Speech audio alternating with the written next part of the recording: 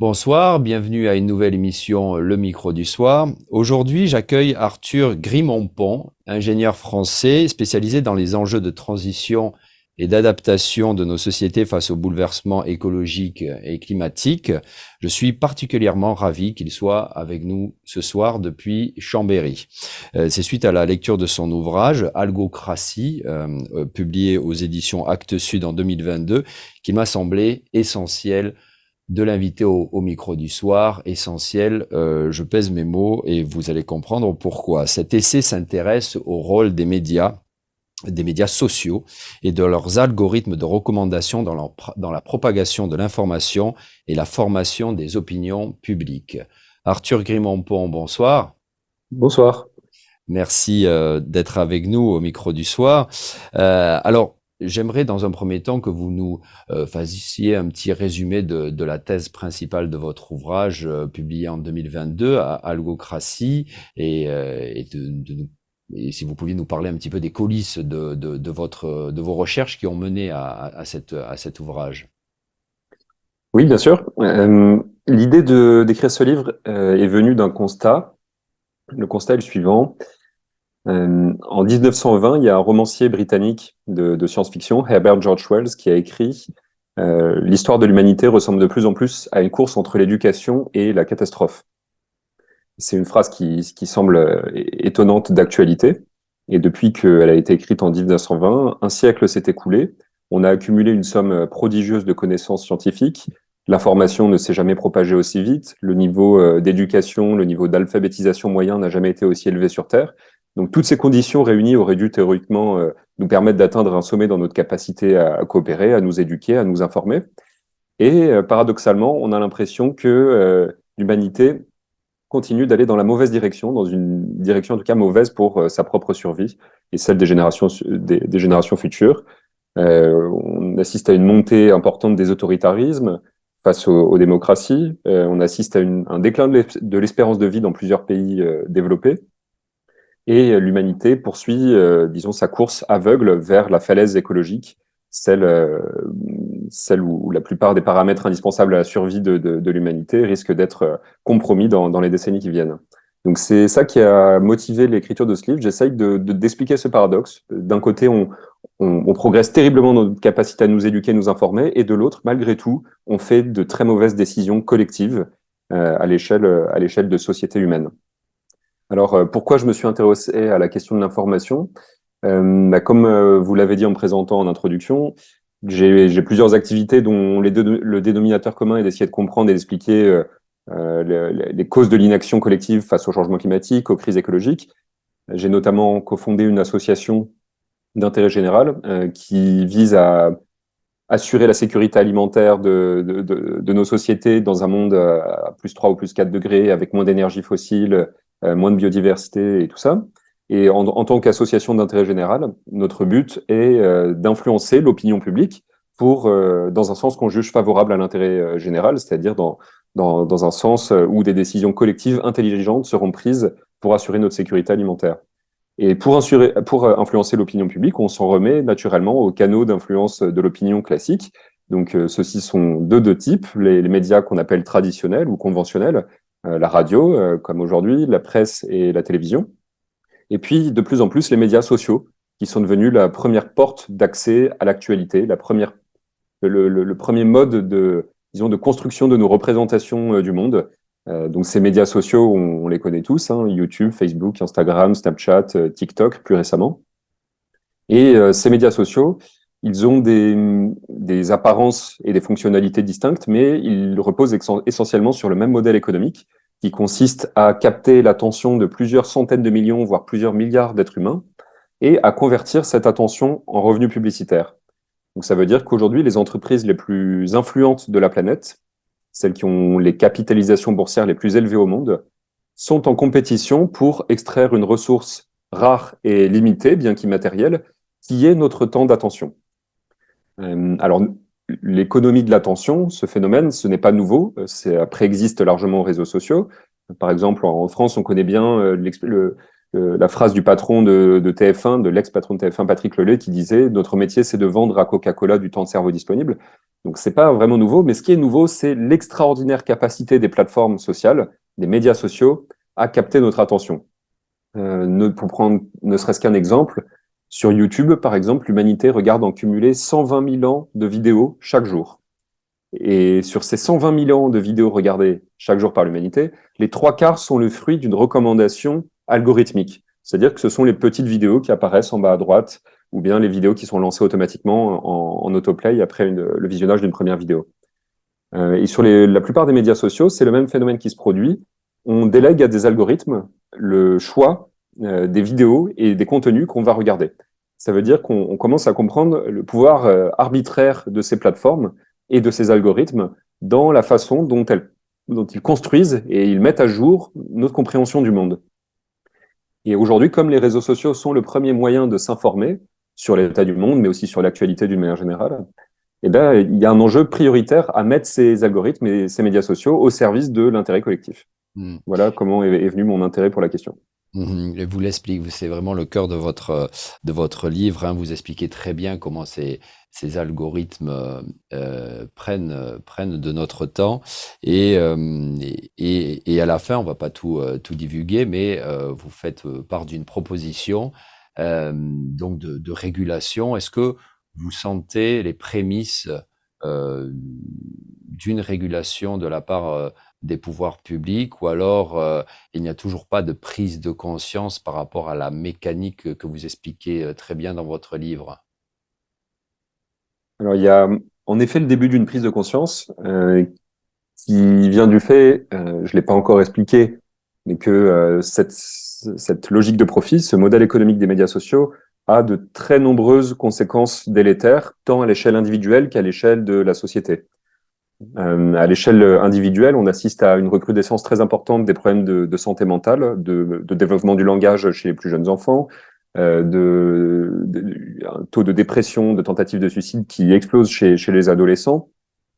Et on pourrait même dire une perte des capacités d'élocution, de langage, de lecture liées au déclin de toutes ces autres activités sur lesquelles empiètent les réseaux sociaux, puisqu'on les utilise environ 2 h 30 par jour en moyenne pour la moitié de l'humanité, c'est-à-dire quand même 5 milliards d'êtres humains.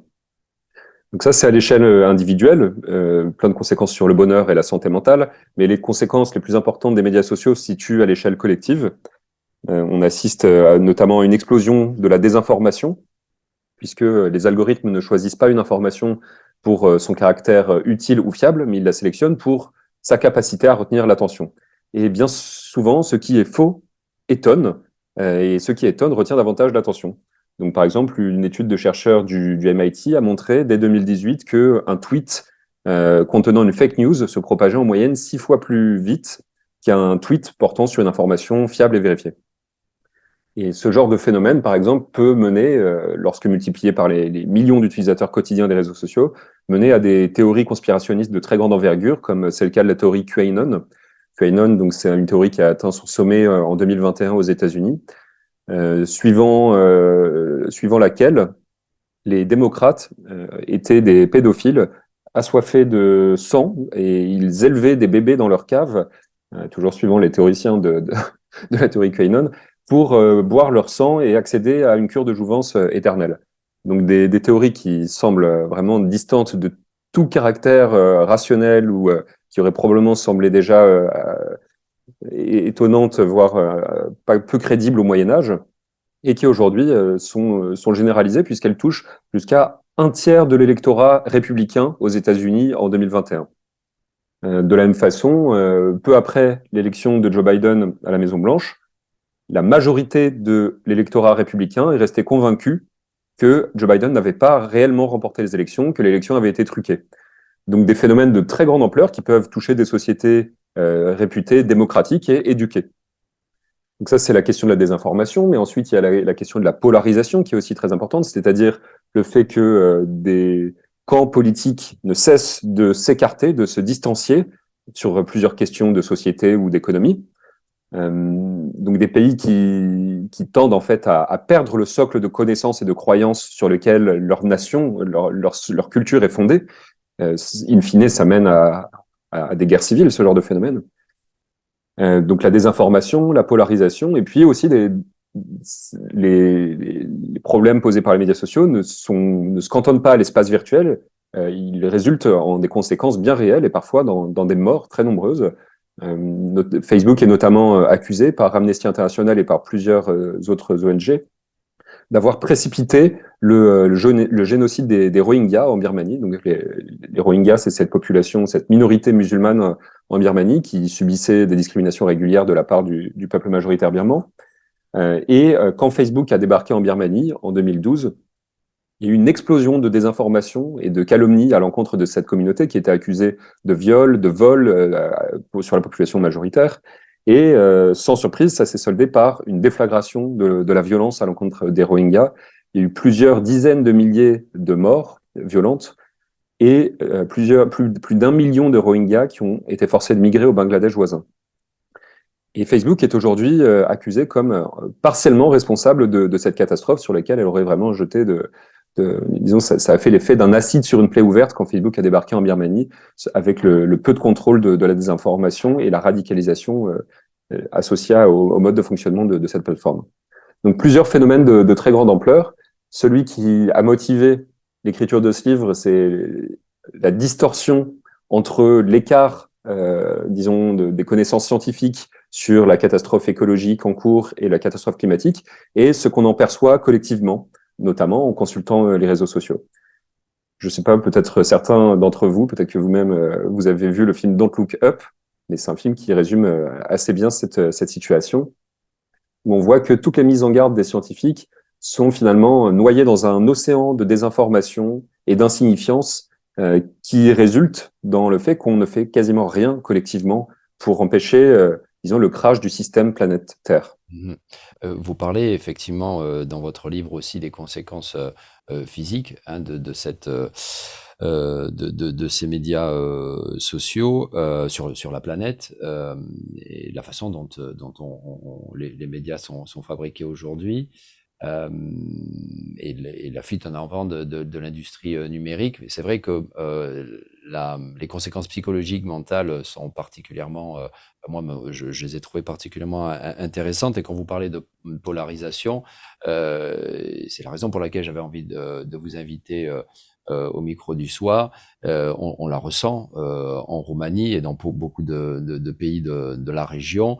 Et il manque, à mon sens, un discours tel que le vôtre. Il y a une technophilie ambiante qui englobe un petit peu tout. Et donc, je vous remercie encore une fois de vos propos qui me semblent essentiels. Alors, de notre côté, vous vous rendrez compte qu'il y a des mouvements qui vont à contre-courant, et notamment de façon assez paradoxale.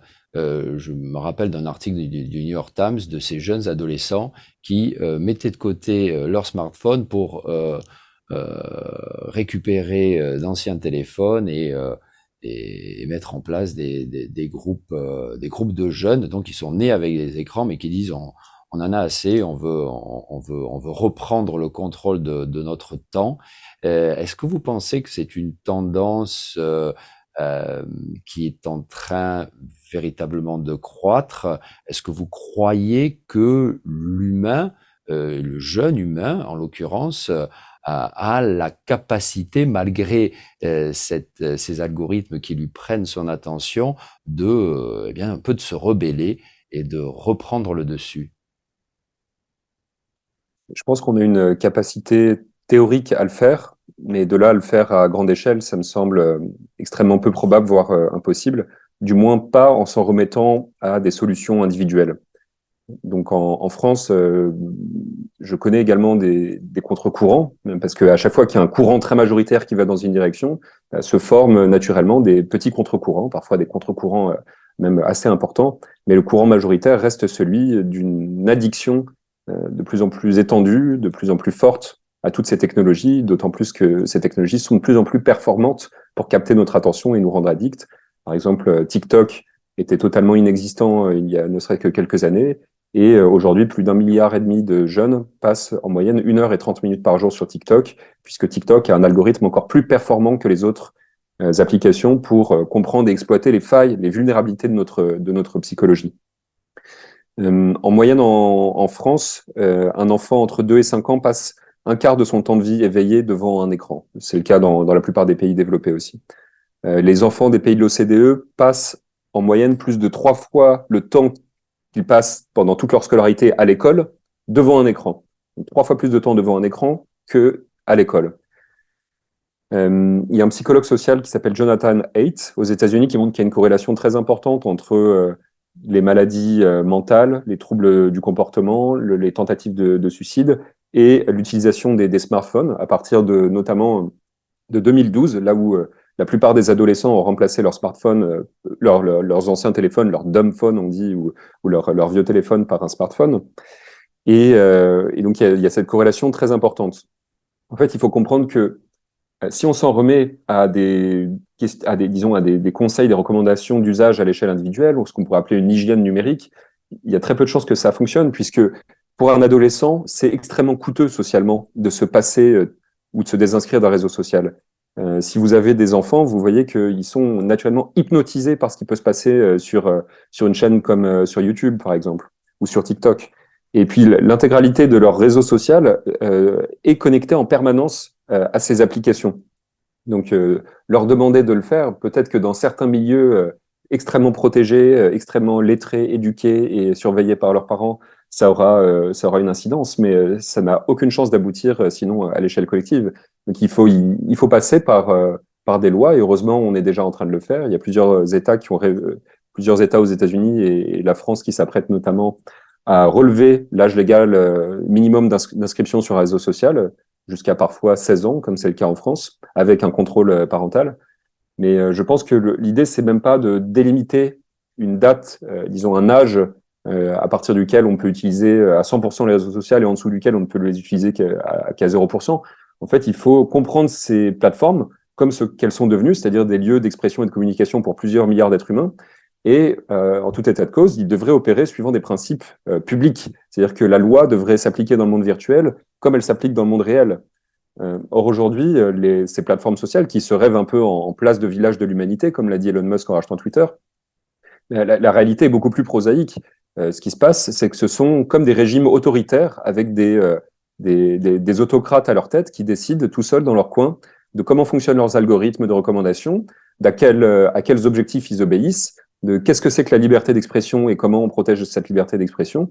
Mais il n'y a aucun espèce de contrôle démocratique sur la façon dont fonctionnent ces plateformes. Et c'est ça qui devrait nous paraître un peu révoltant. Et ce que vous dites me fait penser aussi, vous me direz si je me trompe, mais je crois avoir lu que certains leaders de l'industrie mettent leurs enfants dans des écoles où il n'y a précisément pas d'écran. Donc c'est assez paradoxal, précisément parce qu'ils savent ils savent ce qu'ils vendent. Absolument, ils ont une très bonne conscience généralement de la catastrophe que peut causer ces médias sociaux et notamment leur utilisation par les plus jeunes enfants à raison de plusieurs heures quotidiennes. Et il y a plusieurs écoles de la Silicon Valley qui sont garanties sans écran. Les dirigeants même de ces plateformes ont parfois une hygiène numérique irréprochable et préservent leurs enfants de ces écrans. Mais leur métier n'est évidemment pas de protéger l'intérêt général et la santé mentale de la population. Leur métier, c'est de vendre du temps de cerveau disponible à des annonceurs publicitaires. Et plus l'humanité passera de temps devant ces écrans, plus ils seront rentables. Mhm. Alors Arthur Grémontpont, je vous propose de lire quelques extraits de votre livre qui font notamment référence aux conséquences mentales, psychologiques, mais encore une fois, il n'y a pas que ça dans votre livre, hein. Vous parlez aussi de géopolitique et de conséquences physiques, hein, sur la planète de l'industrie numérique. Page 55, donc je vous lis. En fait, je vais lire un extrait qui rappelle ce que vous venez de nous dire.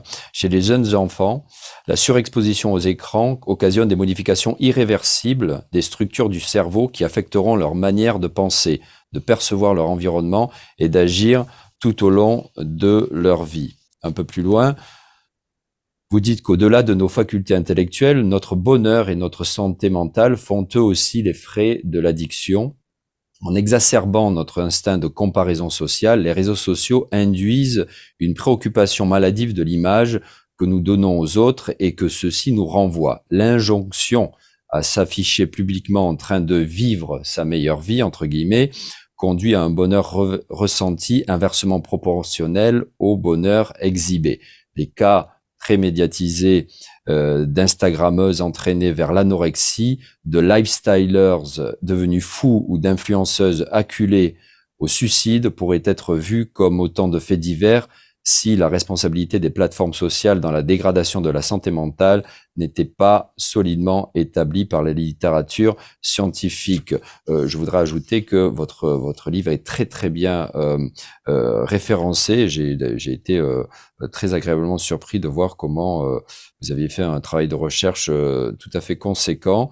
Je continue un petit peu plus loin, page 100. Vous dites... mais qu'est-ce que du temps perdu?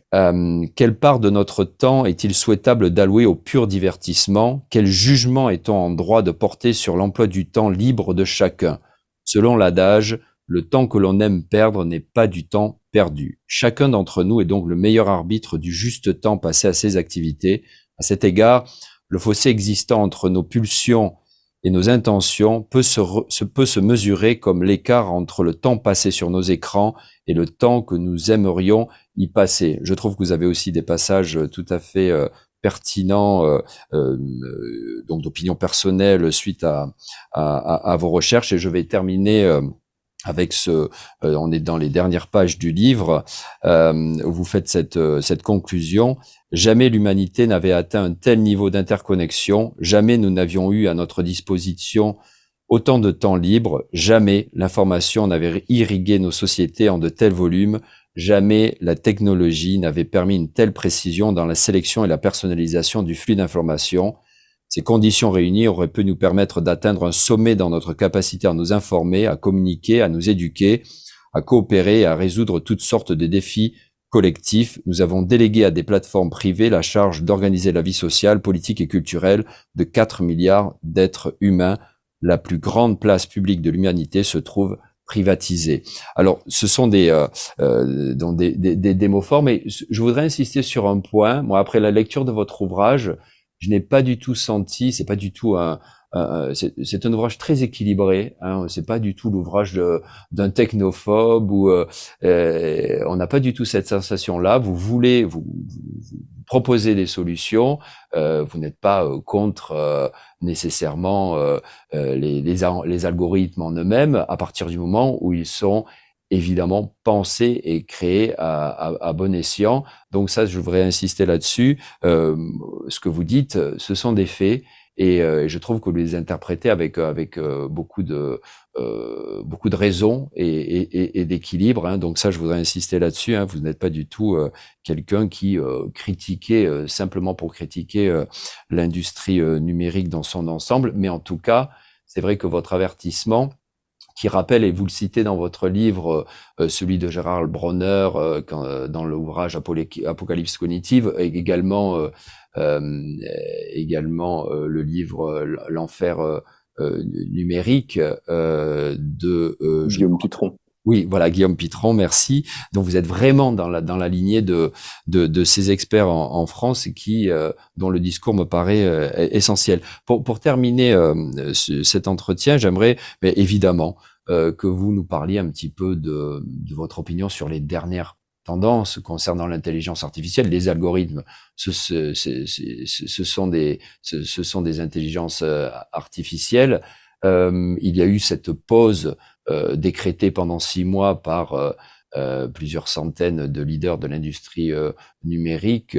J'écoutais une émission de radio dernièrement qui disait que certains experts étaient plutôt sceptiques quant à cette pause de 6 mois. En plus, 6 mois, c'est quand même relativement court, mais on sent qu'il y a quand même au sein même de l'industrie une petite prise de conscience parce que on ne comprend plus trop ce qu'on a créé. Oui, absolument.